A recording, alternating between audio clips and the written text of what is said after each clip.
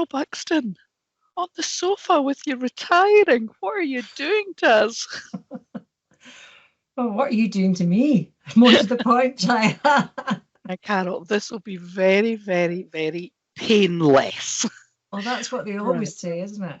That's If what they I was always. Eamon Andrews, people probably don't even remember who he is. I would have a big red book, and I would say, Carol, the 2nd of March, 1992.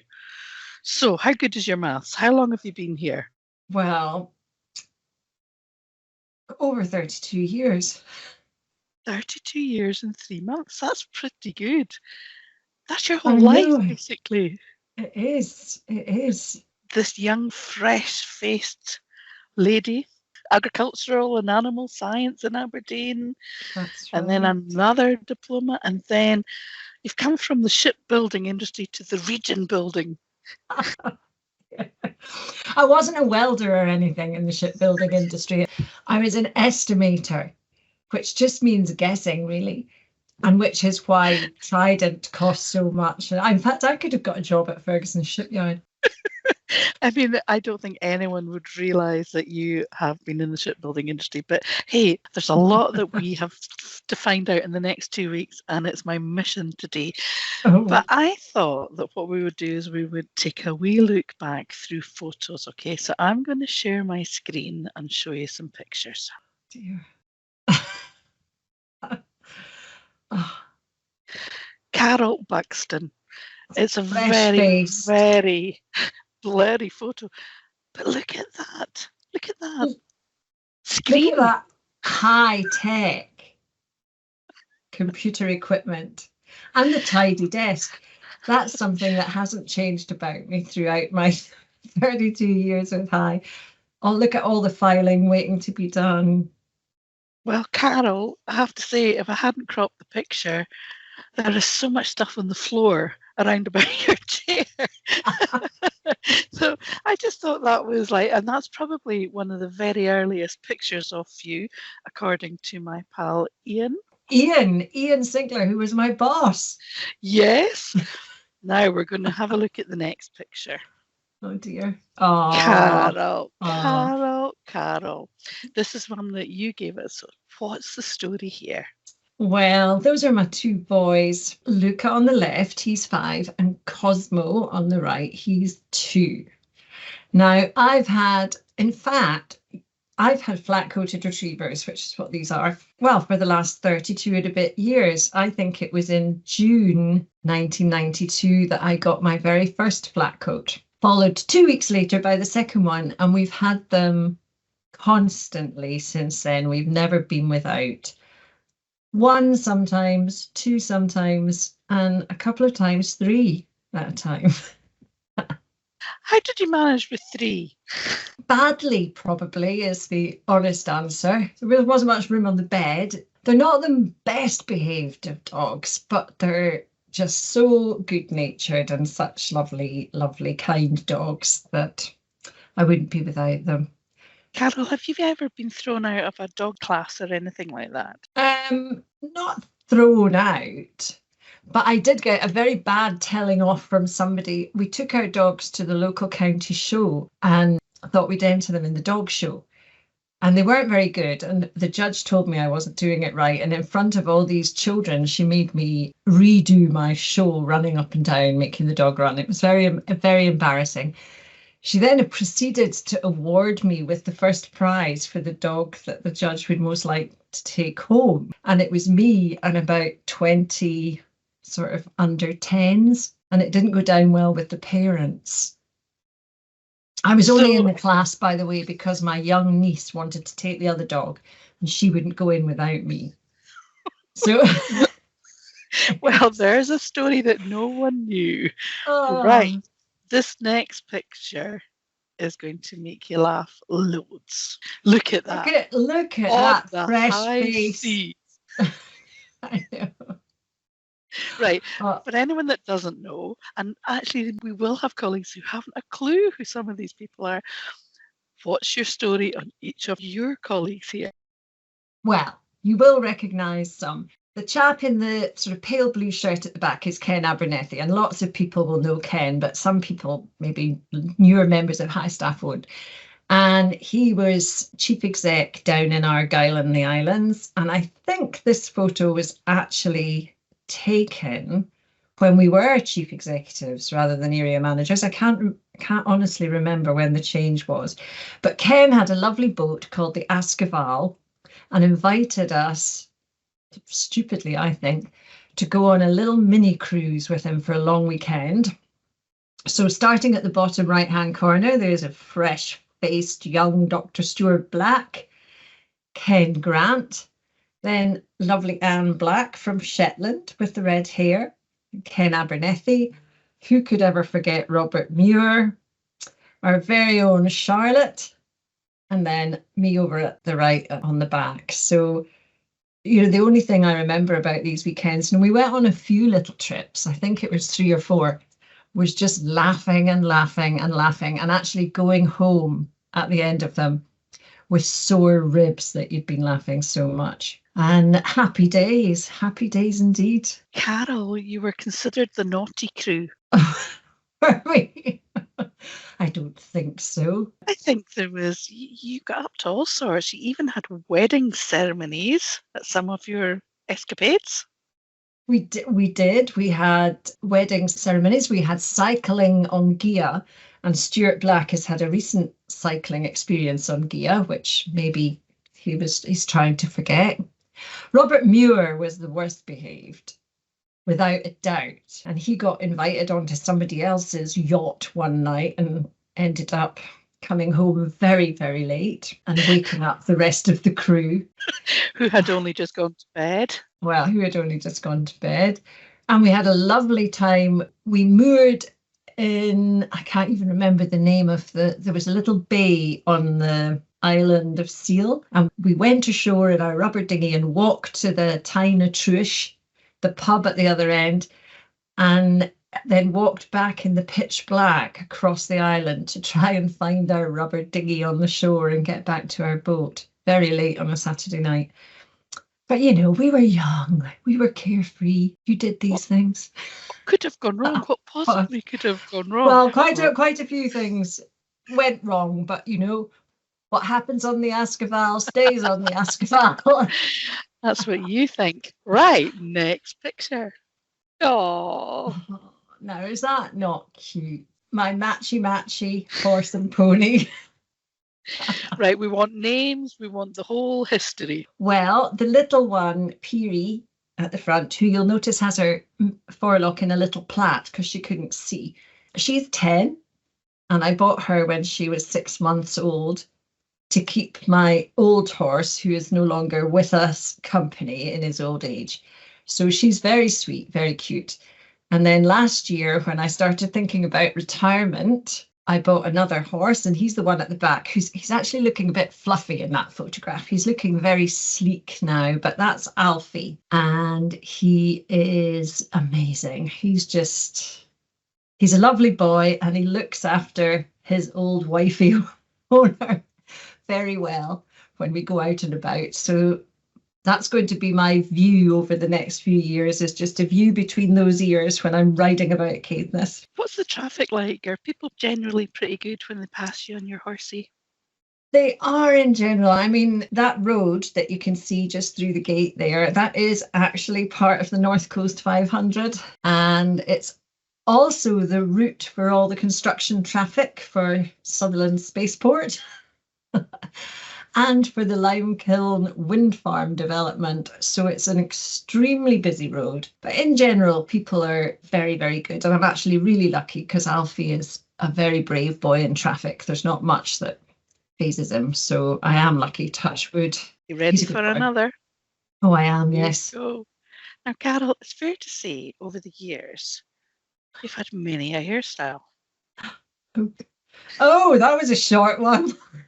Wasn't it?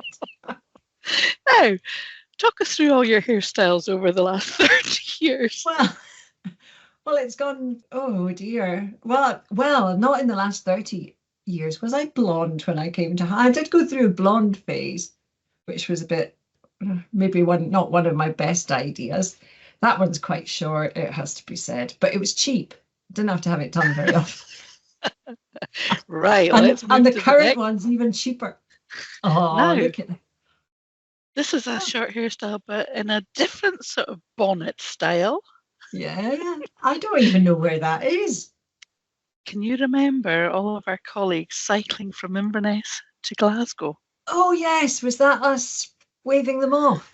Yes, at a very ungodly hour in the morning from Cowan House. Do you remember we put on bacon Yes, rolls? I And it was do for Red now. Nose Day. And who else was cycling? I can't remember now. Definitely Charlotte. Oh, Um, I think Rob Clark cycled. I think we had Lucinda. oh, yes, Lucinda yes. cycled. And who else did we have? We had Michael Coetzee. He was, oh, there was a numerous lot, and you were met at the other end by Scottish Enterprise. Well, you That's right. weren't, No, but I you were wasn't there because in I didn't. spirit. Cycling is not my bag. You know, I've still got that jacket. Do you still wear it? I do actually. Right. I have no idea what's next. It's all potluck. Oh, Carol, we talk about hairstyles. I put an arrow. What's this? You've I got a think I must peak. have been out in a high wind or something. And can you remember where that is? No. It looks very industrial like, doesn't it? Well, that's Jim Ryan, is it, in the background? Well, it's one of your many visits. And actually, I don't blame you for forgetting because you are probably the most travelled. Right, here's the next one. Oh. Right, explain yourself. Well, it was all Susan Smith's fault, basically. Susan was working for Case at the time, and she was very interested in developing the food and drink sector in Caithness. So they had this big food and drink event, and she invited Ainsley Harriott up to Dunrobin Castle, and he did a cookery class for sort of training day for lots of local hotels and restaurants. And then we had this big gala sort of dinner in a marquee in the evening. And I actually crashed my car on the way to it. Why did I look okay? Didn't look too distraught at the fact that I'd left my car lying at the side of the road somewhere. And then Susan was there, and that's Anne Sutherland as well, who was our head of skills at the time. He was such a nice man, Ainsley Harriott. We were sitting showing, we had photographs of our dogs, and he had photographs of his children on his mobile phone, and we just had a really nice chat. You see, we'll come to that, but you'll have met some pretty famous people, and I would really like to know who you liked and who you didn't. But before we go, we're going to take another potluck. And oh, Carol, where were you here? Oh, that was at the end of our Achieve course, I think, and it was at Sulmore Ostick. Have I got that right? Well, let's give you a clue. Here you go. There you go. That was the very first Achieve I course. know. Can we identify who's still working for High? Me? For 2 weeks. Just Helen, Lucinda, Chris, Roberts, Karen. Is that Karen there? Here's Elaine Helen. Manton. Here's Karen, Elaine, Lucinda. Yeah. Now, you recognise this lady here? Is that Mags? It's a bit blurry. Yeah, Mags. I think that's all the ones that are still working for us. Oh, right. I'm coming to the next one. Where are you and who are you with? I'm in Orkney with Mr. Patterson. There was a clue. There was a clue. Yes, the Standing Stones. This was a very photogenic picture to celebrate the Orkney Gateway project. And that's Alec Patterson, former chief exec of High and former chief exec of Historic Environment Scotland, and James Stockin, who is the leader of the council. And we all actually look as if we're quite pally there, but we had some quite nasty meetings. Well, not nasty, challenging, shall we say? Look at the people in the back. They look like they're having a game of rounders. Don't know what they're doing. I've got no idea. Right, we're going to move on to this one. Oh my goodness. Well, you know 3. Well, I know. Well, one of them's me. Yes. Well, you know 2. I'm going to go to this one. Look at that. Well, look. I was at the Dolly Dies then, wasn't I? Okay. Here we go. Next one. And look at the arrow. Oh God, that was I was so cold that day. That was on a board visit to Shetland, and we went to that's mussel processing place, and we'd just been at a winkle, a winkle factory, and had to stand about in cold seawater, and I was worrying about my good boots. Now there's an interesting hairstyle, much the same as it is now, but maybe Well, it's not the midway. hairstyle. I've got the arrow because I think you're looking at his boiler suit, wishing it was yours. Well, I think I Because flipping everyone was. else is watching. You're about to rob him of his boiler suit. Well, it was a really interesting board trip, and we had some very, very good visits, but that day it was quite cold. You've had a lot of fun on board visits, and you've been to so many businesses. What is one of the businesses that really stands out that you'll never forget a board visit to? God, now you're putting me on a spot. Can I come back to that? Of course you can. Of course you can. Right, we're moving on to the next one. Oh, That was my 60th birthday earlier this year, and that's my nephew, Alan. And we're in Plockton, which is one of my favourite places, out on our friend's boat, drinking fizz out of plastic glasses. I always go for the high-end parties, now listen, I think anyone that knows you knows that you have been a doting auntie. You just adore that role, don't you? But is Alan your favourite?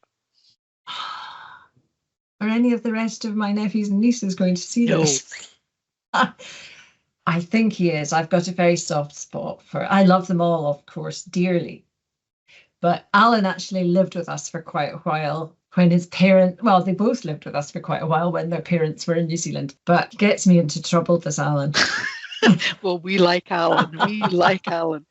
Right, next one. What's happening here, Carol? Oh, that's Shetland again. Why is the arrow at that person's? Oh, look, why? You've only got one leg.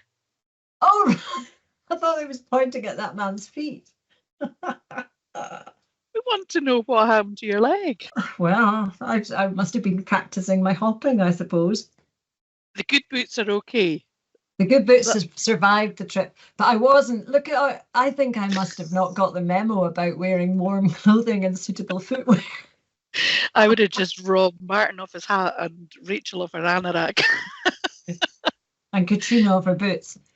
And then I would have been quite well. Okay, next one. Look at that. Everyone I've shown this to said you look very regal, as if you're part of the royal family. Hey, what do you say? I don't even know when that was taken. I think really recently, not long. No, it wasn't. In fact, I think it was during lockdown. Because if I remember rightly, I think maybe Angus Mackay from Caithness, who used to work for High, but is a photographer, took a variety of photographs. We had to do them out in the garden, I think, because it was socially distancing. Talking about COVID, I think if I would say to people, what do you most think about Carol when you think of Carroll Buxton, 32 years and 3 months service in? And I think they would say your lockdown COVID emails. How did that start? I don't know. I think it was just as a bit of light relief because, the initial period when we first went into lockdown, it was pretty hard and there was a lot of stuff going on. We had all the funds and, it was early mornings and late nights and things were happening every week. And I thought by the time you got to Friday, well, you were lucky it was called TGI Friday, put it that way, because it was going to be something else. Much as similar, but maybe not quite as polite. And it was a kind of sigh of relief when you got to the end of it a week without, well, not saying unscathed, but it was good to have another week under your belt. There was lots of serious stuff that we had to tell people and update people on, and not always great news about more lockdowns or more restrictions, and just something a bit human and humorous if I could manage it. just seemed like an idea. I think you became High's darling with that whole series, and the number of people... God, I feel like Vera Lynn now. I'll be Well, standing. are you related to Vera Lynn? I think the number of people that it gave them a bit of hope and they genuinely look forward to. And I think what it did was, Carol, you've got a big brain. Everybody knows that. Hugely intellectual, but where you can cross over everybody is with a bit of humour and a little bit of humanity. And I think that is a fantastic sign of a great leader. Oh. Do you agree? Well, it was very nice of you to say, and thank you very much. Right, she's saying, I sometimes think my humour gets me into trouble. But that's what we love. Right, what's coming up next? Oh, love, maybe? Oh, Carol. It's God. It's God, alive and well. That's one of my... I love my dogs. I love my horses. I love my skiing. You thought I was going to say I love my kid, didn't you? Well, if you don't, I think we're in trouble. No, Kid will feed the horses in an emergency, but he's not really very keen on them. He's very good. He'll give it a go, but he doesn't ride or anything. But one of our shared hobbies is skiing. And this was our ski holiday earlier this year when we were in Italy. And it's just, we both really enjoy it and we always have a great time. So, I mean, in lockdown, we've all known about Kid's passion for lawnmowers and sheds and extra sheds. Pretty good-natured husband. And do you remember when he came on the call saying he was so proud of his Carol? Oh, I know. Don't be sighing like that. Well, his little DIY thing, it's still going on. In fact, just yesterday, he was presented with, I don't even know how this happened and how the man wasn't killed. He had an electric chainsaw and he'd cut through the cable and he wanted Gid to stick it back together again, which, well, he didn't obviously stick it back together, but he reattached it. Slightly shorter than it had been originally. That was his little Sunday job yesterday. Now, is he allowed into the middle aisle of Lidl anymore? No. Try and keep him out of Lidl at all costs. Especially since he discovered, not in the middle aisle, but their almond and chocolate ice creams, which are not good for the figure. So limit trips to Lidl's if possible. Right, we're going to move on to our next one. Carol, only you could rock a yellow jacket and a blue hat. What's coming on here? That's at BASF, I think. We helped them open their new, well, it was a building for all their consumables. And their big boss came over from mainland Europe to do the official opening. And I was just a glamorous assistant, as you can tell. Very glamorous. But I noticed you got safety boots on. I have. Not my own, obviously. But everybody's... Yeah. What is that with the board that you have to all grab your wellies and whoever gets there first gets the right size? There's something about putting on shoes that you don't know who else has been wearing. Yeah. And there I have my glamorous assistants there. Can you name the other two people that you know, at least two people that you know in that picture? Look at this lovely lady here. There you go. And the other lady. Yeah, look at them. They were the workers. Right. Oh my word. Carol, you know, when you were a little girl, could you imagine that 30 years later or 40, you know, you are actually going to, you know, recognised by royalty? What's that? It's just amazing. It was just amazing. And well, it is just amazing. And yes, I was absolutely delighted, a bit overwhelmed, to be honest, but absolutely delighted. And it is a real honour. So yeah, it was great. That gives you freedom of cakeness and you get to enter all the shows where you're soup and jam for nothing now. No, but maybe if I started wearing it out and about, I might get free entry into places. Yes, that would be good. People would salute you. Well, no, it was great. And you're talking about favourite people. One of the people that I do admire quite a lot, and she also likes her horses, is of course Princess Anne, who who was the one who presented me with my medal. I think there were 54 people or something getting honours that day.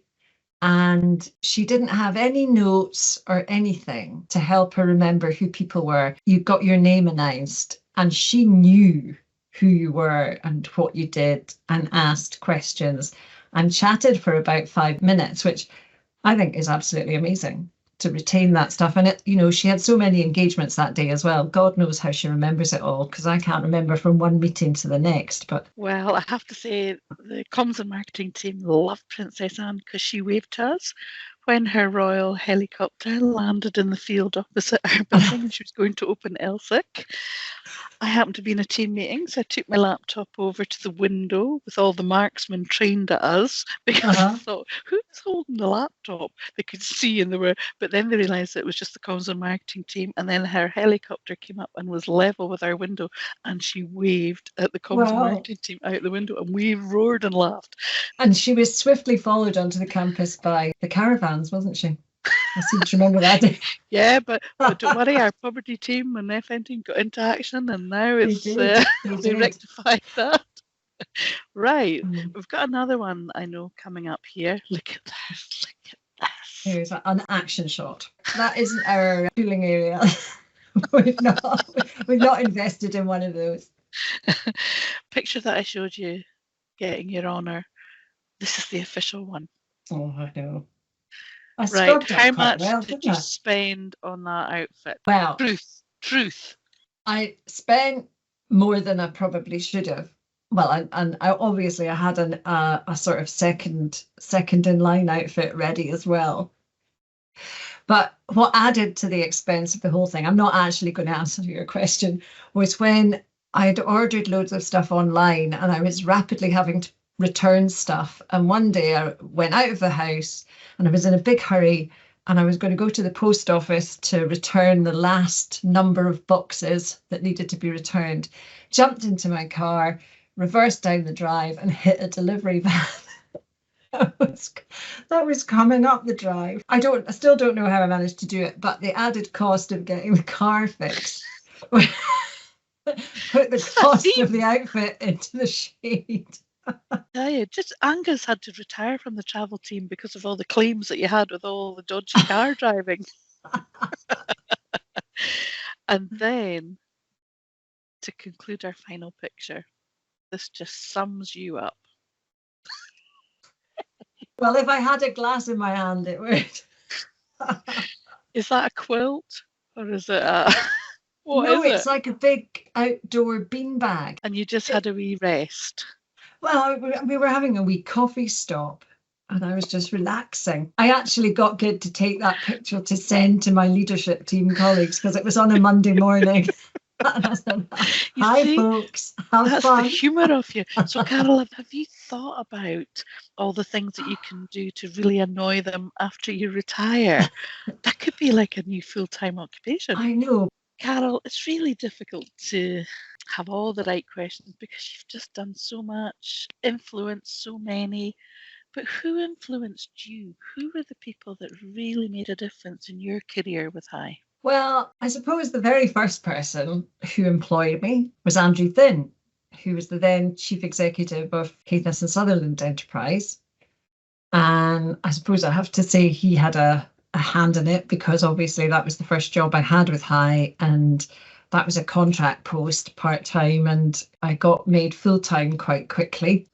I think, well, I've worked with so many good people and lovely people, Jaya. I mean, I think the first time when I stood up as interim chief executive, the first time Lorne was the chair and he was really supportive and great to work with. Alistair Dodds has been a great supporter and chair. But I think the colleagues that I've come through the organisation with, people like Charlotte and Stuart and Sandra and Karen, all these David, well, all my colleagues on leadership team. I mean, High is full of really great people. I say that absolutely genuinely. And it's been a pleasure to work with them. And it's been a pleasure to work with High or for High. It's a pleasure and a privilege. I know that sounds very corny, but it's true. Carol, who didn't you like? Well, Wait till I consult my notes. Well, I think we'll move swiftly on. You know, to work for High, everybody believes with a passion that we make a difference. So, how have you made a difference, Carol? Well, I hope I've supported people along the way. I hope, you know, I've done a good job, and I hope when I have been in positions of managing people that I've tried to do it well.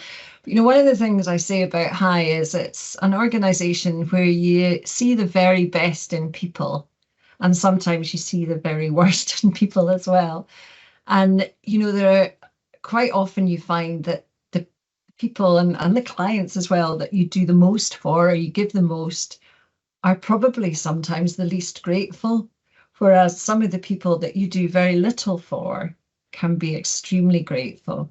And I always remember way back in when I first started with Case, and Ian probably remembers this couple too, or a couple called Angela and Tommy Mackay. And they started a little oyster farm up at the Kyle of Sutherland, not far from where the spaceport is now. So there you go. And Angela, I went down with, well, we had a stand at the Highlands show, and I went down, and Angela and Tommy were selling their oysters, and they had totally underestimated how popular they were going to be. And they kept having to get more and more oysters shipped down, and they couldn't keep up with the trade at their wee stall. And I sat for 2 days in the boiling heat of, at the Highlands show opening oysters with Tommy. And he called me Molly Malone, but because he thought she had oysters. I think it was cockles and mussels that Molly Malone had, but never mind. And you know something? Angela, every time she saw anything about me or heard anything about what I was doing would phone me up to say, oh, you know, we remember when you helped us with the Highland show. And it's people like that who are just so grateful for tiny things that make everything worthwhile, I think. Well, I'm going to give you the last word. No more horrible questions, no more unexpected pictures. But before I do that, Carol, how can you be so really, really clever and always be on mute? I was going to say, we haven't gone through all this on mute, have we? No, I've just forgotten to record it, but don't worry, it'll all be all right. I mean, what is it's it? Is because it I'm so desperate to say what I want to say, I just forget to do that little click. That's the thing. Well, the I don't last know. minute is over to you. This is your message to everybody that has worked with you, loved working with you, supported you, appreciated you. So over to you, Carol. Well, just a massive, massive thank you to everyone and I've had so much support, and especially, you know, the last few years when I was in the hot seat, I couldn't have had more support from my colleagues and friends in High. And I would genuinely say that, you know, I've made lifelong friends while I've been working for High, and I desperately want to keep in touch with people. So just a massive thank you to my colleagues, to High as an organisation, and just, you know, one word of advice to folk: treasure it, because it's a fantastic organisation and it's a fantastic organisation to work for. Well, High's treasure. I hope that we see you the first Monday in December at our retiree. With lots of Well, coffee and I'll tea. await my invitation with bated breath. Carroll Buxton, it has been a total pleasure, and how we will go without you, we do not know. But thank you on behalf of everyone at High. Oh, thanks, Jaya. Thank you very much indeed.